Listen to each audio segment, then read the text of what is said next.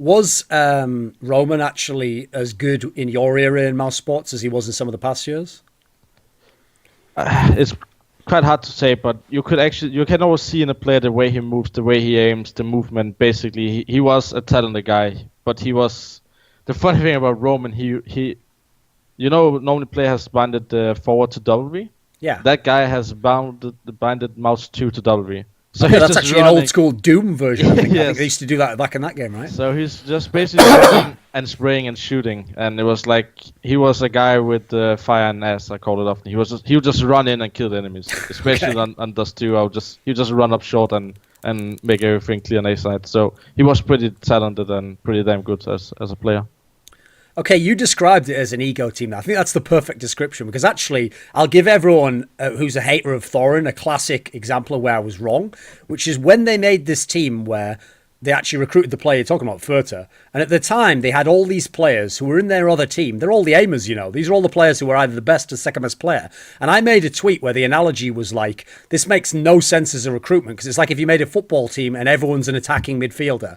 Like, on paper, that doesn't work. It shouldn't work, right? But this team won everything. How's that possible? I think that we played. First of all, we never practiced against Na'Vi. For a half year, we had no practice against Na'Vi because we knew they would always anti-strat us. And at that time, Na'Vi was the best team in the end because the Polish guys were not so committed anymore. Yeah. So Na'Vi, I think we played Na'Vi 4 out of 6 finals. Yeah, most or of 7 finals. Yeah. And we always won against them. So I think came just down to we had a very, very skilled lineup. Probably, I don't know, every role was perfect. People were just running around. We didn't even practice in it because we won every single practice, and it didn't make sense to make new strats. We were just playing kind of FPL style, I would say. Very, very loose, and then sometimes mid-roll calling, and just playing a lot of off each other. Kind of the Fnatic era, if you can try to look at it that way. We were just that skilled that we could win all aim duels, I think. And I think when you look, the funny thing when you look at stats on whole tournaments, I think if you look, there was always 3 or 4 guys in top 5 stats-wise from our team in every single tournament we played in the end, because we were just like so good compared to other teams.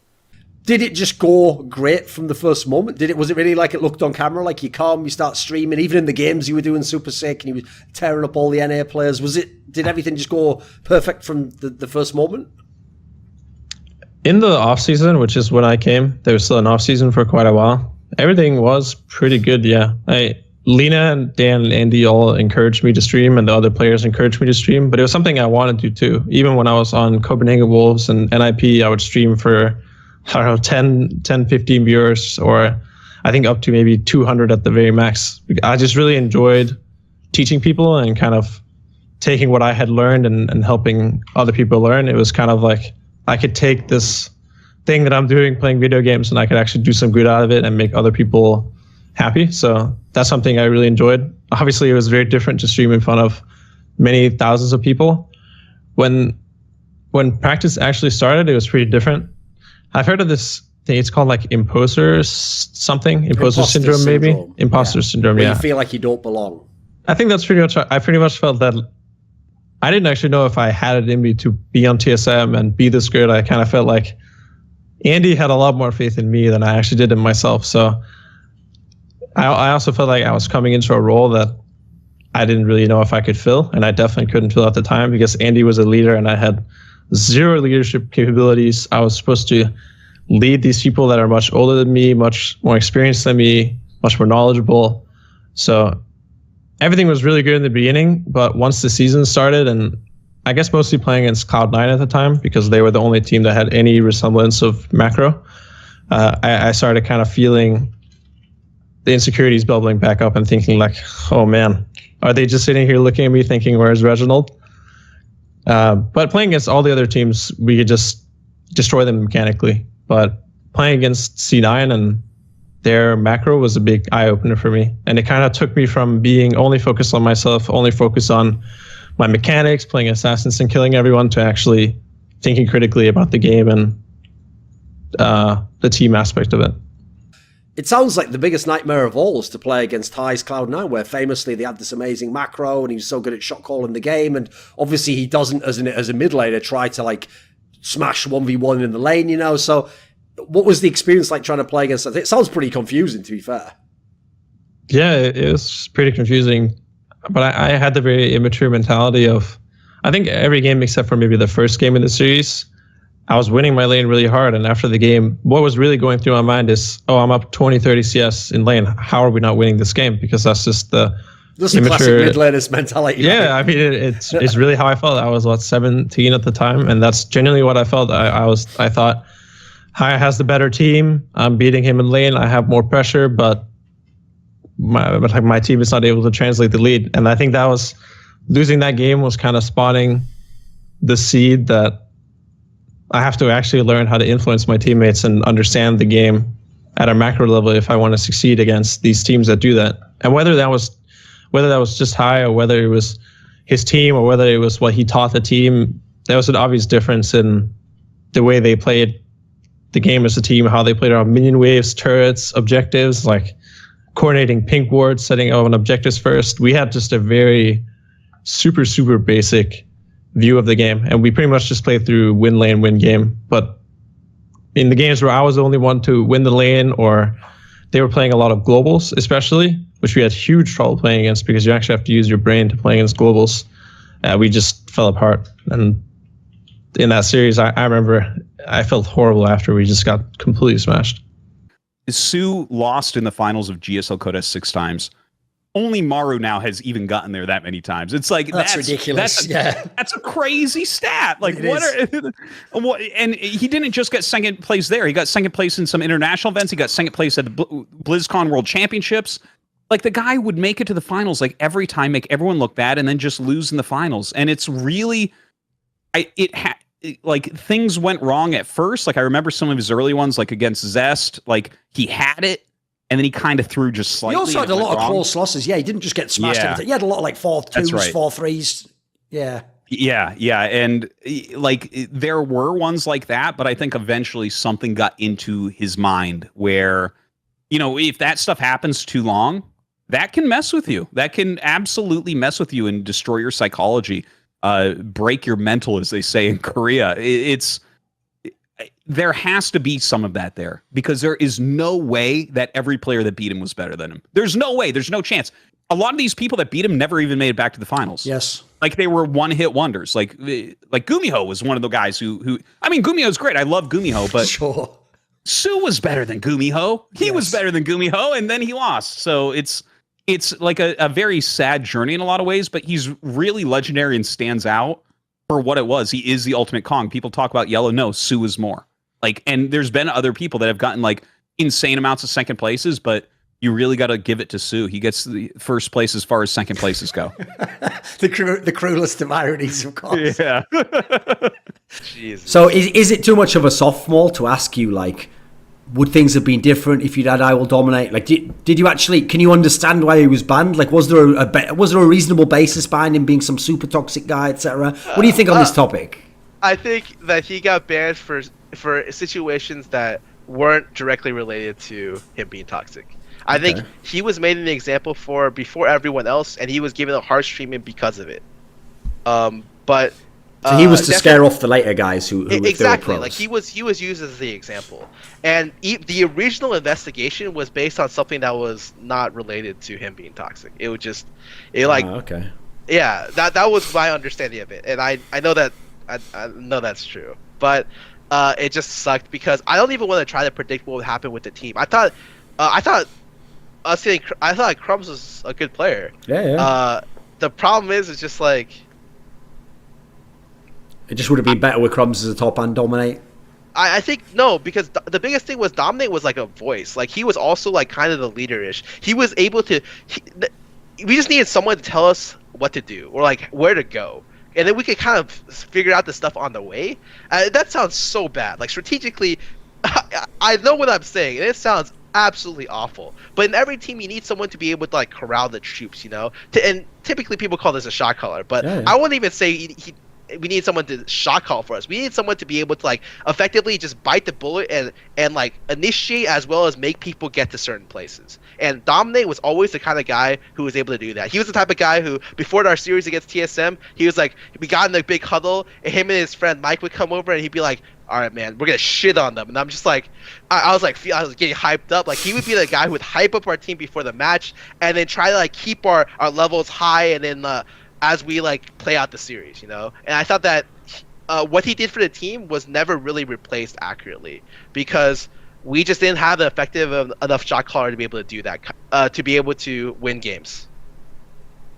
Next international event was Season 3 in Worlds at NA Finals. And then what ends up happening is we're not participating in the event. So it's just, but we were able to go because Riot let all the teams go. And Crumbs is there. We were looking for a new top laner. So Crumbs starts asking all the European teams and the European guys there, and he was like, so hypothetically speaking, like, would you consider playing for us?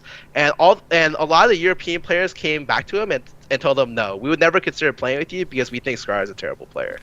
And I was just like, holy shit. And then Crumbs ended up later telling me that. And from that conversation, it was just like, I could tell that like there was no confidence in my ability to play the game. And the fact that I was not talking, it got Existence super pissed.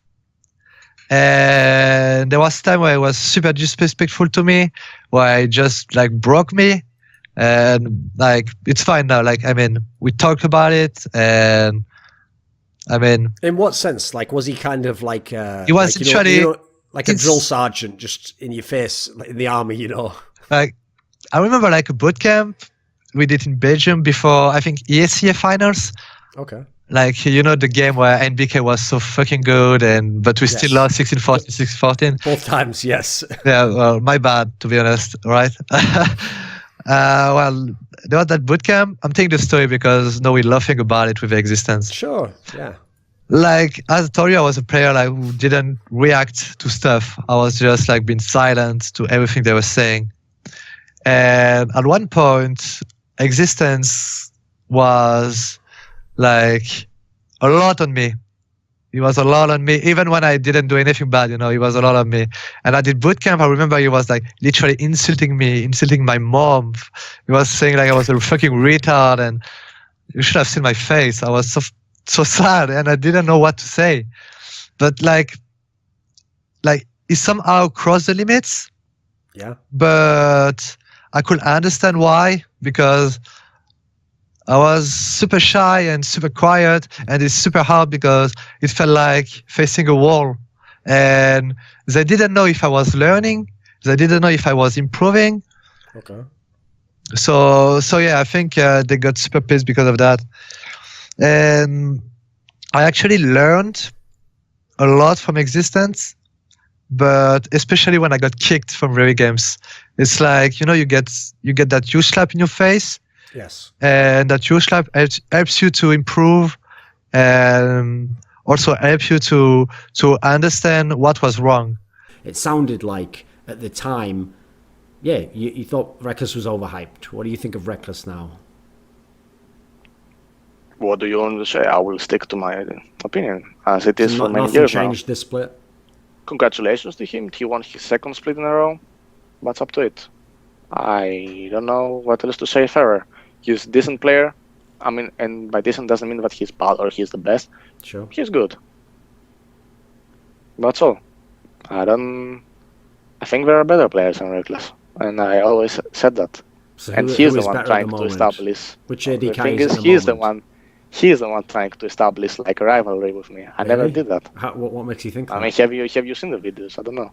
What did he say? Okay, like, you can search them on YouTube. I'm not the guy saying anything, but I respect him. He's a difficult opponent, but up to it. I will overcome him. I remember the time when Existence and the other French teams, they were talking about me like I'm using some kind of cheat called Ventral Eggs, and I had no idea what was that. So it was funny, but yeah, I mean, if you are good, like at that time when I played CS Source, I felt like you have the the word people are using zone. I think I played 100%, even higher than 100% of my skill. So yeah, if you're in that position, you just hit every single shot and even crazy shots. So of course you feel like you are cheating, but even yourself you don't understand what are you hitting. So yeah, it's funny, but yeah, I remember that time. I've been pleasantly surprised during the time I've had my Patreon and my Patreon community, the Skrilluminati, by both the financial support they've provided and the moral support. And so this video was kindly supported and made possible by Starlust, Theo Buenzli, Ahmed Hadjou, Matt Pugnatio Rajcula, Toucan, Jensen Goh, Animosity, Tobias Bernasconi, Bot Pounder 420, Yurka 86, Tosh, and as always, you know it, a special thanks goes out to my main man, Jerky's Minion. Would you like to ask a question in one of those AMAs where I tend to go pretty in depth? Sometimes they even spin out into their own videos. Do you want teasers to find out who the upcoming guests are for the myriad of interviews that I do across esports? Maybe you want to suggest a topic or a guest? We have a channel on my Discord where you can do that if you're at the right tier. And of course, you could potentially take part in one of those lengthy esports discussions with me about whatever is on your mind in the scene. Well, if any of those perks sound tantalizing, put your money where your mouth is and join the Skrilluminati today via the Patreon link in the description box below.